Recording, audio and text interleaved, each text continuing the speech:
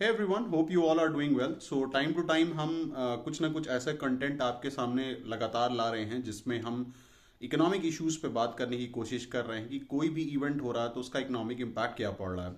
Recently हमने देखा था कि अभी एक ऐसी वाइल्ड फायर हुई थी जो लॉस एंजलिस में, जो एक बहुत बड़ी वाइल्ड फायर हुई जिसमें अप्रोक्सीमेटली ये माना जाता है कि जो इंश्योर्ड लॉसेज हुए थे वो 75 बिलियन यूएस डॉलर के करीब थे, जो कि अराउंड 90 बिलियन यूएस डॉलर से 160-170 बिलियन यूएस डॉलर के करीब में लॉस माना गया था जो लॉस एंजलिस में हुआ था।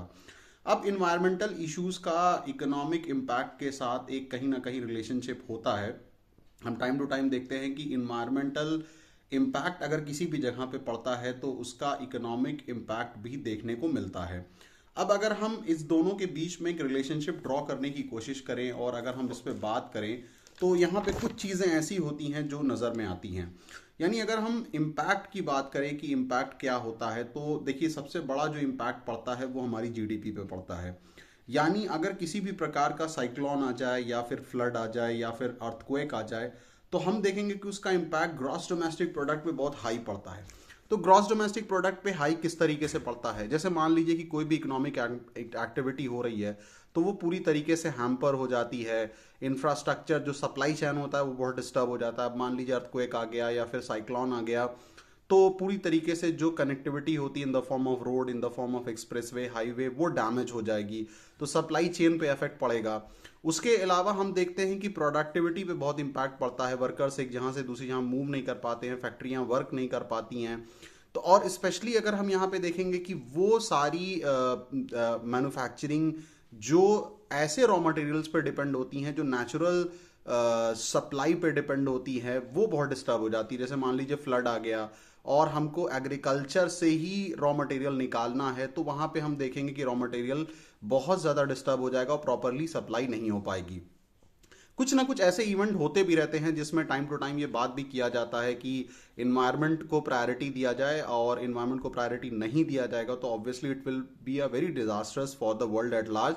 जिसमें हमने देखा था सीएसआईआर ने अभी कुछ दिन पहले एक बात ये कही थी कि रिंकल्स अच्छे हैं, कंपेन चलाया था और ये कहा था कि वन सेट ऑफ ड्रेस को आयरन करने में तकरीबन 200 ग्राम ऑफ CO2 रिलीज होती है। तो वहां पे कंपेन चलाया गया कि एम्प्लॉयज जो हैं वो एम्प्लॉयज एक तरीके से रिंकल्स वाले कपड़े पहन के आए हर मंडे को।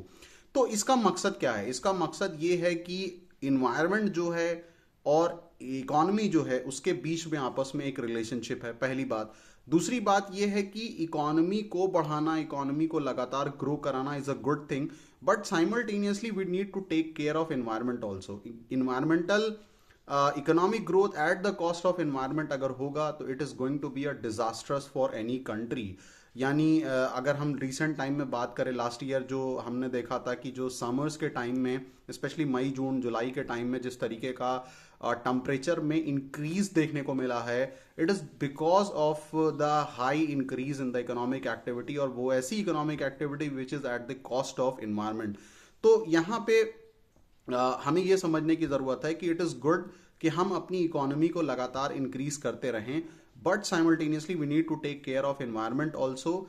The growth in economy should not be at the cost of environment, otherwise होगा ये कि कुछ ऐसा इन्वायरमेंटल डिजास्टर आएगा जो पूरी तरीके से इकोनॉमिक एक्टिविटी को ब्लॉक कर देगा, इकोनॉमिक एक्टिविटी को हैम्पर करेगा।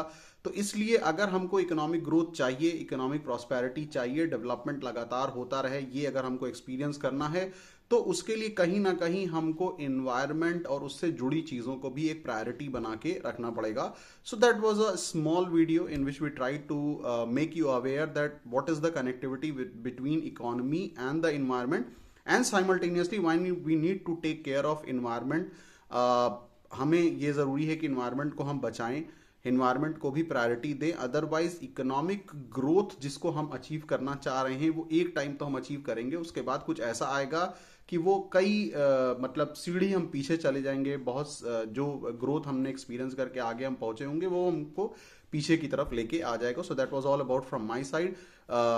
Keep on watching economics on the move. इस तरीके के बहुत सारे कंटेंट हम अपने चैनल पे लगातार अपलोड करते रहते हैं। Thank you so much.